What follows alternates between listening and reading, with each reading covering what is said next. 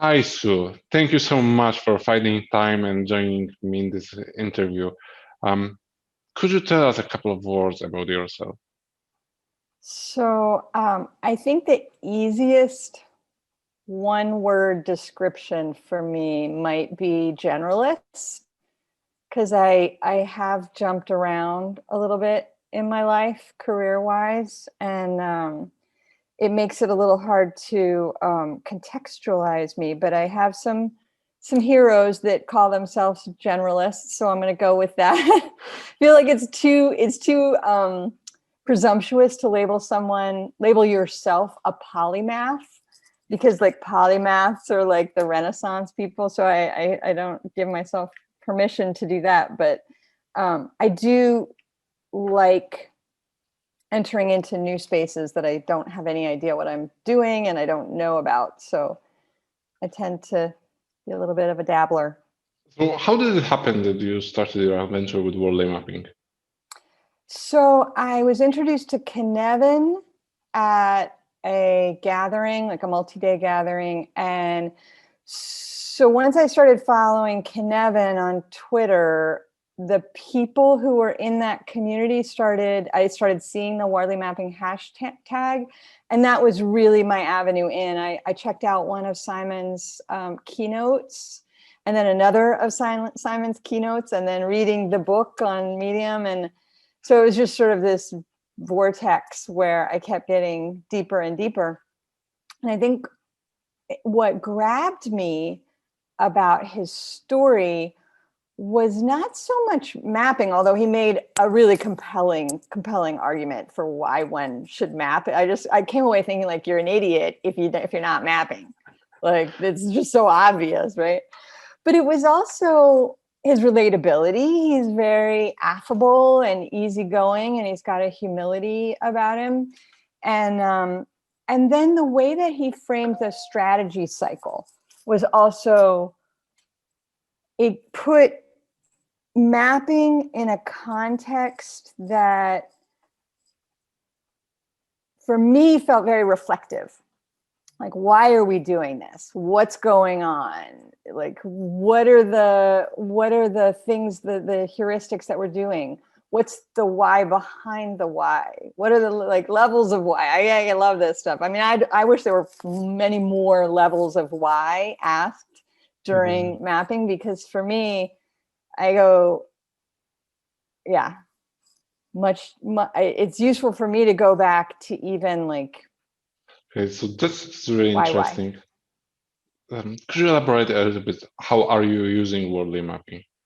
Well, that is a good question. I feel like I'm in Wordly Mapping kindergarten still, because like I do dabble, and I have my own sort of, like, I just went back to look at some of the maps that I've done for myself.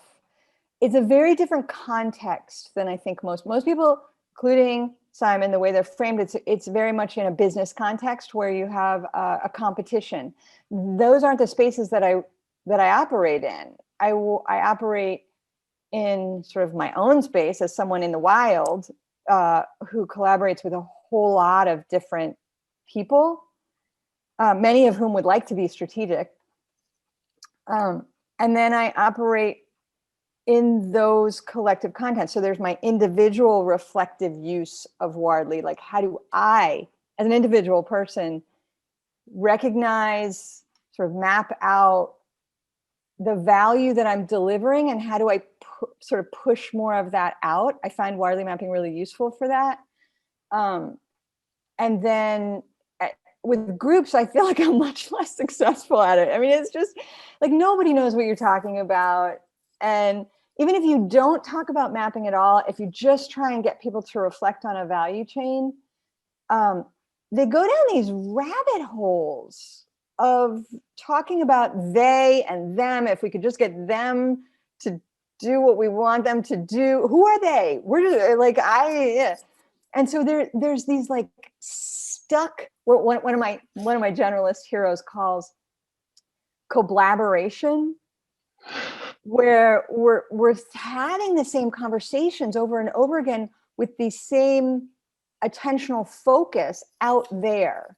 And we're not really looking at what are we doing, what value are we delivering, and what are the processes and practices that make that possible.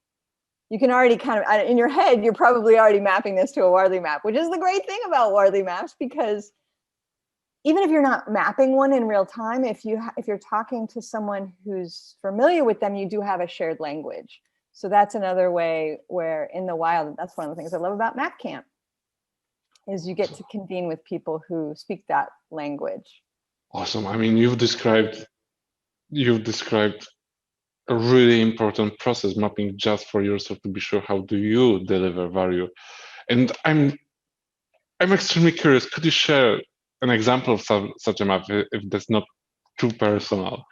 Well, let's see. I had one, and full confession, this came from a session with Ben Mosier, because he's so good at creating these spaces where he carves out the time for you to map, and that's what you're there to do. And so I find those spaces very generative. And I have lots of paper notebooks full of them too, but I couldn't find one real quick. So I'm going with the digital one that I have. And I don't even know that it's all that useful, frankly. I mean, it was useful for me. But okay, let's see if I can share. Let's see if this works. Share screen.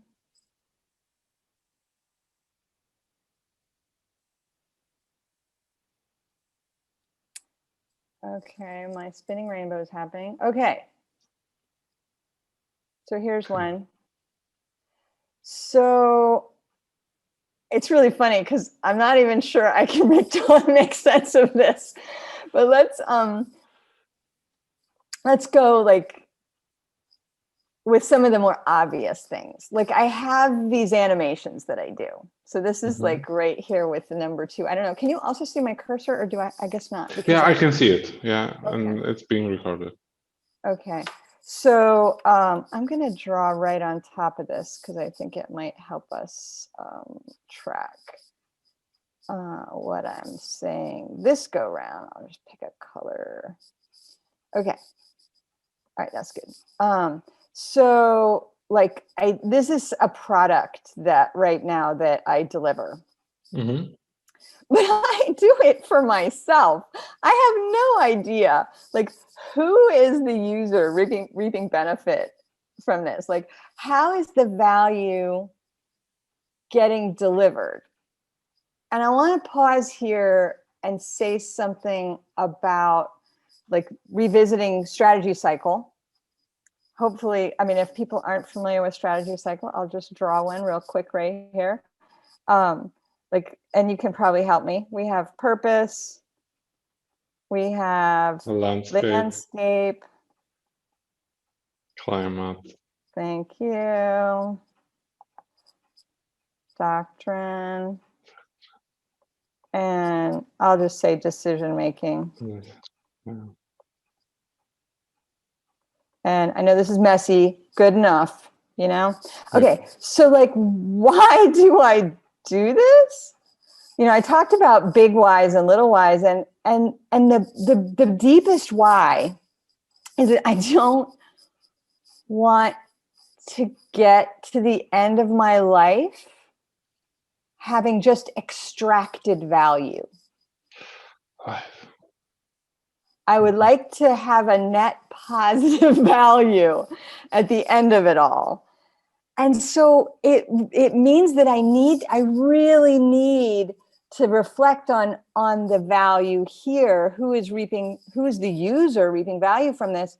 But there's a circularity that I don't think is really captured in Wardley, which is that you don't know who that is until you push the thing out. And then either people get value or they don't now, but you don't even know like what's the future value. Like a lot of artists, and I do often call myself a research artist, but a lot of artists are doing such deep reflective societal work that the value isn't recognized or reaped until much, much later. Yeah. And so some of this is really going on faith, that if I follow my own values, which is really, you notice down here, it says my joy. Like, Yeah. if I'm following my own values, what am I valuing? I value play, I value informality, I value, I mean, concretely, that shows up for me playing music with my friends and learning to play music. I try and make time to do that even now with COVID outside. But also these conversations, like you and I are having, like totally groove on these things. Like I just love them. And usually they just happen in a vacuum. They're not recorded. So this is kind of a benefit. At least there's the possibility of delivering value here. Okay, so that brings me back to these, we could go down the chain of like what it takes to deliver an animation, but I think that the more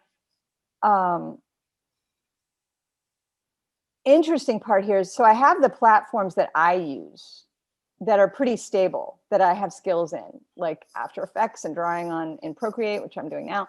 But over here on the left-hand side, I mean, on the, like, yeah, well, okay, that's not really useful. But like here where like there's like the as yet unformed, this is where I think the like, what are the platforms? Sorry, I'm writing so messy because my iPad's really far away from me so that I can do all these things at once.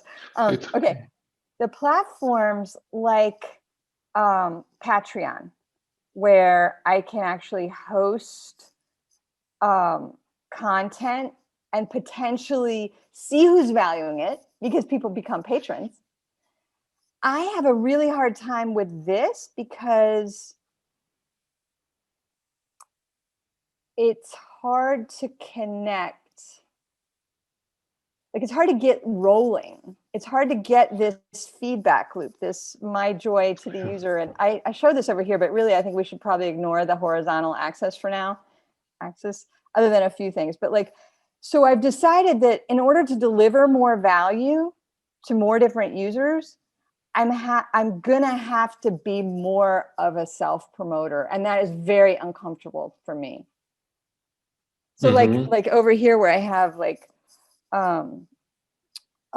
is there resistance to overcome? This may have been a question from Ben. I can't remember what went into the prompts for this, but like, yeah, there's resistance here. Inevitably when I map, this is my conclusion, is that I need to be pushing more value out, even if it feels kind of messy and unformed and not yet clearly valuable, because otherwise it's not possible for me to deliver the value. Like it's a tautology. It's a circular causality where users can't know I exist unless I am telling them I exist. So another platform here is Twitter.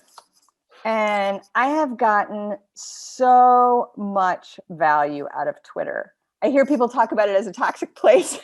And I'm like, wow, it's just your Twitter sphere. You've made your Twitter sphere. And I feel really lucky because, I mean, I don't know, this is a little bit of a tangent, but like I just finished illustrating the Cynefin book, the Cynefin 21 book. That came about because of relationships with Cynefin people. Those relationships came about because of Twitter and just informal conversations. And so I don't know how this was March. So that was this map was before that happened. But drawings are something that is lower down in the value chain that I've been starting to push out to Twitter and Instagram and Facebook because because for one thing, completed animations are really, really, really, really time consuming. Yeah. And I've done, I mean, I'm still working on one to get out the door this year. If I get it out, I'm going to be so heavy, but it's been a real it's hard when you're just working in the wild. Okay, so what else? I mean, here's a random thing. Like, how do you come up with a script for an animation? Where's the idea? How does it cohere? Like, I kind of have that dialed. It might actually be, it might fit more over here on, it's definitely not in like commodity, but it's like I can reliably deliver the product of the script storyboard. But what makes that possible, there's still new ways. Like, I have lots of paper notes, but I've been playing around with Rome research as a way of making sense of things. And what I notice is a lot of people on Rome even push these out to so the question is, how far down can you go? How much of your own messy garbage is valuable if you put it out? It's a real question. Yeah. I mean, it's a valid question. Yeah, I know it's a valid question. And my observation is that all those things is not only about Wardley mapping, it's mostly about personal values and about courage, because it takes a lot of courage to go out and basically put yourself to be judged, right? Or to put your work to be judged, whether it's valuable or not. I mean, this is how I can look at this, because if you want, for example, to share your notes, you have to be convinced that there is value. I mean, you have to be convinced that you have to be ready that some people will not like them, right? Yeah. And they may be quite vocal about it. And yeah, it's just awesome. I got tons of value from this from this interview. I mean, I just don't know what to say here. Maybe one last question. What would be your advice to other people who are considering learning Wordly mapping? So I see the resistance to all things pick up a pen and externalize it, regardless of the tool. There is a resistance to going beyond collaboration, to putting putting your money where your mouth is. I'm part of one group that's been talking about, well, we need a strategic plan. We've been talking about it for so long. And I keep saying, I'm going to stop disagreeing with you that a plan is right. Who's going to write it? If you believe that the plan is the way, why have you not put it down on paper? So it's not just Wardley mapping. These things that have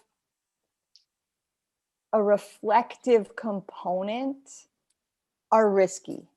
They just are. I draw on Keegan and Leahy's model of adult development not because I think it's a correct theory, but because I get a lot of mileage out of it in terms of why there is resistance to these things. And their model, I'm just gonna slap it on here. Their model I see as quite parallel to Wardley mapping, frankly, because you have sort of phases of adult life. Mm-hmm. And the first, and this is adult life, not life, just adulthood. So let's just call it adulting. And the first one is they call the socialized mind. And it doesn't necessarily mean that it's a pro-socialized mind. It just means like the first stable set of internalized rules, like this is the way the world works. And I don't even need to go on to these. If anybody's interested in Keegan and Leahy's model, they can totally look it up. But this first one is such a clue for why there's resistance, because the way the world works, I'm going to put this in quotes because it's each of us have our own, right? The way the world works is conflated with who I am. So identity. That means that if I'm asking you to pick up a pen, I'm asking you to be vulnerable. and to risk threat. And so what I would say is, if you want to get started, do it in private, do it in safe spaces, do it in Ben Mosher's Wardley Mapping 101 context, because you're the master of your map. No one has to see it. No one sees what it reveals. Like, make sure it is safe for you, but know that, like, just because you see things that may reveal stuff you don't like, it doesn't mean you're a bad person. It just means that you have conflated the way the world works with who you think you are. Like, it's not the end of the world. You're still here. You're still a good person. You're still okay. Like, so that would be if I had to advise, that would be my advice. Awesome. So thank you. I mean, thank you so much for participating in this interview. I think it was extremely valuable and just awesome. Thank you. Well, thank you. I'm curious. Are we done, or do we still have a minute for me to ask you questions? So here, okay. So I will stop the recording right now. Okay. So I'm just curious to turn this back on you a little bit. Like, you're putting a lot of time and effort into the promotion and exploration of Wardley mapping with a lot of different people. Well, like, what are you getting at? What's the value? Okay, so one of the reasons why what you said resonated with me so much, it's because I can see many of those challenges in my life. I generally tend to be bored with many different things very fast. So I tend to jump from one thing to another one. And when I started with Wardley mapping, first of all, it was like, this is how things work. And this allowed me to analyze the world around me. And I haven't got as far as you in terms of value or generating value. But I merely recognize the fact that this is something that I need to analyze, but the work for me is not done in those spaces. But then Wordly Mapping gave me a window into different people a window to meet even more people who allowed me to learn more about the world, about economy, about value, about what's important. I started building, I would say, my own internal compass in terms of what do I want to do. And since I've got so much from Wordly Mapping, this is what I want to spread to the other people, because I trust with that framework, with communicating proper, I would say, proper challenges and having difficult discussions that otherwise are just, removed from the view. By having right and difficult discussions, we can just make the world around us a little bit better. Right? Sometimes, I mean, it's almost funny, but one of my biggest learning in the Wordly mapping space was to map only things that I can control. Right, so it's all about my actions, not about the external world. So it goes almost directly against the landscape and climate, the cycle, because this isn't the stuff that I can control. But on the other hand, quite recently, I mean, it's another path, I started discovering that this external world, I mean, it can be influenced by small bits. So it's like, taking those baby steps and trying to make it a little bit better place for others. And Wordly Mapping help me because they allow me to show my thinking, or maybe spot areas which could be improved, and have honest discussions with others, right? And that's why I refer to the act of courage and stuff, because I've realized how how often in the past I tended to chicken and basically avoid having difficult conversations. And right now, if you have a Wordly map which shows in your face what's wrong with the situation, you have no choice but to act, but to act on it.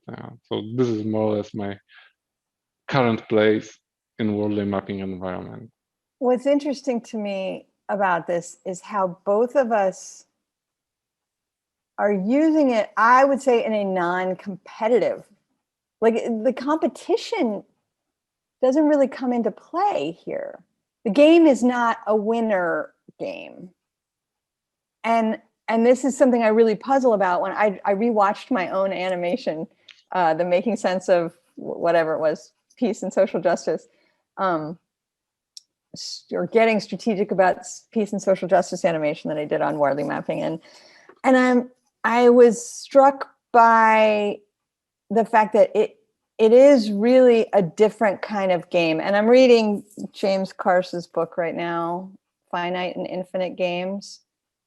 Mm-hmm. And I'm just wondering how I'm finding it really generative because it sort of describes how I see Simon working. Like, it's not that when you see the infinite game and you start playing the infinite game that you don't play the finite games. You just play them in a much more playful way. You don't, the seriousness comes out of them a little bit because you realize, like, this is the theater. This is the theater of life. Exactly. Is the gameplay, but it's not the actual game. The game is an infinite game. It's you're winning if you still exist. Yeah, exactly.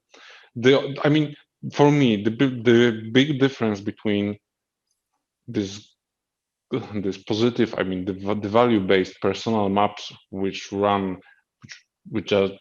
just about being better, delivering more value to others, and between the competitive scenario is all about resources for which you have to compete, right? Yeah. And this is, if there are constraints somewhere near you or your situation in your environment, then the game, I mean, it stops being it stops being playful. I mean, the game stops being playful. It's no fun. It's competition then. Yeah. So yeah. And it shows a very fierce face. But then it turns out that it's not always something that you can control, and one way or another, you have to learn how to accept the world around you. Right? But in business, there is always a constraint. There is something you compete for, and that's why this is a little bit more gloomy space than the personal one, because personal one is fun. Well, I even want to push back on that a little bit, and I want to acknowledge that I agree, it's a privilege to be able to play. Yeah. Like, I bought this privilege, and I acknowledge it, and was gifted the privilege that let me build on it. But I'd also say that this idea, so I'm totally resonating with you on the idea of scarce resources being the place where competition actually happens and is perhaps adaptive. And I'm borrowing this thinking from that animation that I'm still just trying to get out the door, which is on cultural evolution with Michael Muthukrishna on his research.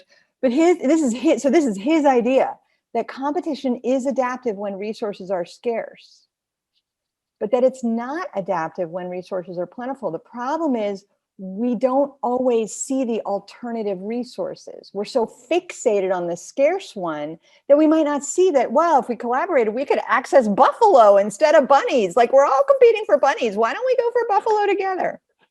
I don't know.